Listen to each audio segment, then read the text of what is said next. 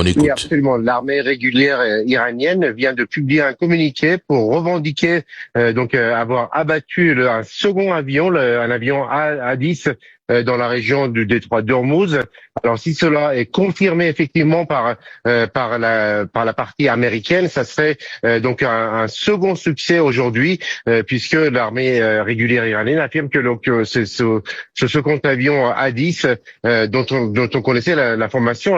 Le crash, l'information du crash avait été donnée par le New York Times, a été abattu par les systèmes de défense de l'Iran. Trump dit ils n'ont plus rien, ils ne peuvent plus se battre, et dans la journée il y a 5 salves de missiles sur Tel Aviv ou sur le centre d'Israël. Un avion américain frappé avec un missile, un AWACS à je sais pas combien de centaines de millions de dollars sur une base saoudienne. Aujourd'hui, cette course poursuite pour un pilote peut-être traqué sur le territoire, ce sont des cartes que l'Iran tient en main en disant à Donald Trump, vous pouvez tenir tous les discours que vous voulez à la Maison-Blanche en disant qu'on est perdu, on n'a pas perdu. Un hélicoptère américain a été touché lors d'une opération de sauvetage d'un pilote de chasse et l'équipage de l'hélicoptère a été blessé. Un autre avion américain a été abattu lors d'une mission de recherche et de sauvetage. Le pilote s'est éjecté. Les marchés, les dirigeants européens, tout le monde dit désormais la même chose.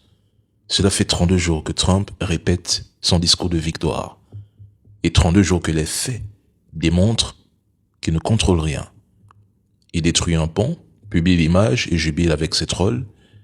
Mais depuis quand la destruction d'un pont signe la victoire?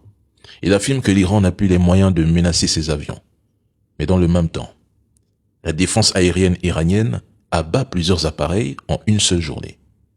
Il proclame la victoire, mais ce sont ses propres soldats qui se retrouvent à se cacher en Iran pour éviter d'être capturés.